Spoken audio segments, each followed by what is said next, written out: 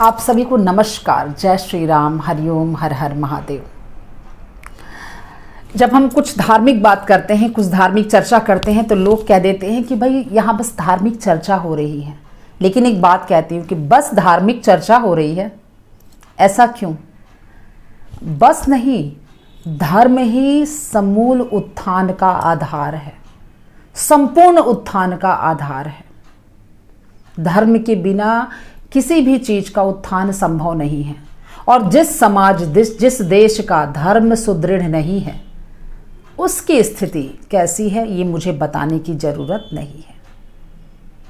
हमारा धर्म हमें बहुत सारी ऐसी बातें सिखाता है जो वाकई हमारे जीवन को सबसे ज्यादा मोटिवेट करता है। और मेरा तो एकदम साफ साफ मानना है कि मोटिवेशन कहीं और से नहीं, मोटिवेशन हमारे पुराण देते हैं।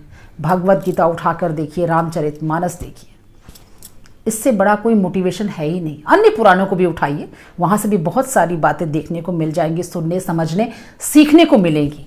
और उनको पढ़ने का तभी फायदा है जब आप अपने जीवन में उसको अप्लाई करते हैं, एक एक दिन किसी न किसी बात को सीखने समझने की कोशिश करते हैं। जैसे देखिए, पहली बात होना चाहिए, पहली बात अगर मैं भगवत गीता की बात करूं तो वहाँ से जो हमें सबसे अच्छी बात सीखने को मिलती है कि आप खुद को इस काबिल बनाइए, खुद को इस काबिल बनाइए कि आपके मित्र भगवान कृष्ण की तरह हों। अब ये कहना कि भाई भगवान कृष्ण तो केवल अर्जुन के ही मित्र बन सकते थे, अर्जुन के ही सखा, अर्जुन ही उनका सखा कहलाएगा। अरे अर्जुन में भी तो वो खूबी थी कि भगवान कृष्ण स्वयं उनके मित्र बने। क्यों नहीं दुर्योधन के बन गए, क्यों नहीं कर्ण के बन गए, क्यों नहीं किसी और के बन गए, लेकिन अर्जुन के ही क्यों बने? प्रश्नवाचक चिन्ह अपने हृदय में जरूर लगाइएगा, क्योंकि वो कृष्ण आपके हृदय में ही बैठे हैं।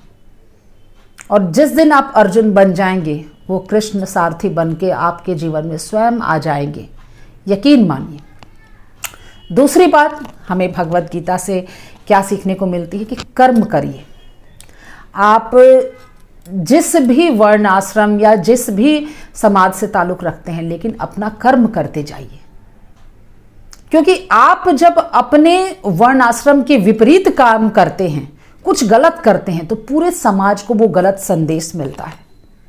इससे बचिएगा, ये भी एक तरह का गुनाह है। दूसरे अगर आपको देख के पथभ्रष्ट होते हैं तो आप ही पाप के भागी होंगे, क्योंकि यह आपका ही कर्म है जिसकी वजह से 2-4 लोग और भटक गए हैं। तो भगवान कृष्ण ने स्वयं कहा है कि कर्म करिए, उचित कर्म करिए, जो आपके लिए सही है वो कर्म करिए। अपने कर्तव्य में स्वच्छता लाइए, ईमानदारी को अपना आचरण बनाइए। अब देखिए, भगवत गीता से हमें एक और बात, सबसे जरूरी बात सीखने को मिलती है, वो है कि आपको जो इस जन्म में, जो इस जीवन में जो आपको अधिकार मिले हैं, मान लीजिए आप घर के मुखिया हैं तो उसके तहत अधिकार है, या आप घर के कोई भी जिम्मेदार पद पे हैं, या फिर तो आप कोई सामाजिक पद पे हैं, या फिर देश के कोई सम्मानीय पद पर हैं, तो वहाँ आपको जो अधिकार मिला है उसका दुरुपयोग मत करिए, उस अधिकार का दुरुपयोग मत करिए, वो आपसे छिन जाएगा। ये भी बात भगवत गीता में साफ साफ लिखी हुई है। आपको जो कर्म करने को है, जो कर्म करना है, बस उस कर्म पे ध्यान दीजिए ईमानदारी से। अगर आप उस कर्म में जरा भी हेर फेर करते हैं, क्योंकि ईश्वर ने आपको वो अधिकार दिया है, आपके प्रारब्धवश या यूँ कह लीजिए कि पिछले जन्म के कर्मवश आपको ये अधिकार मिला है कि भाई आपको ये सम्मान प्राप्त होगा, आपको ये पदवी प्राप्त होगी। और आप क्या कर रहे हैं कि उस पदवी के तहत आप हजारों करोड़ों लोगों के साथ या घर के सदस्यों के साथ आप बेईमानी कर रहे हैं। तो बस वहीं आपका खेल खत्म। उस गलत कर्म का परिणाम भी आपको भोगना पड़ेगा।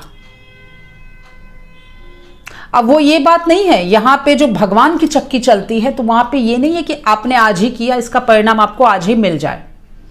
नहीं, वो तो केवल यहां पे सांसारिक जीवन में जो न्याय होते हैं उसके तहत मिलता है, लेकिन ईश्वर की चक्की में होता है कि आपको जब सबसे ज्यादा जरूरत पड़ेगी, भगवान उसी वक्त उस चीज का अभाव दे देंगे।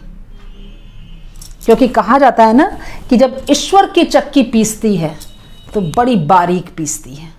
तो इस शब्द से जरूर डरिएगा, इस भाव से जरूर डरिएगा और अपने कर्म का निर्वाह भली भांति करिए। अपने पद पे रह के दुरुपयोग मत करिए।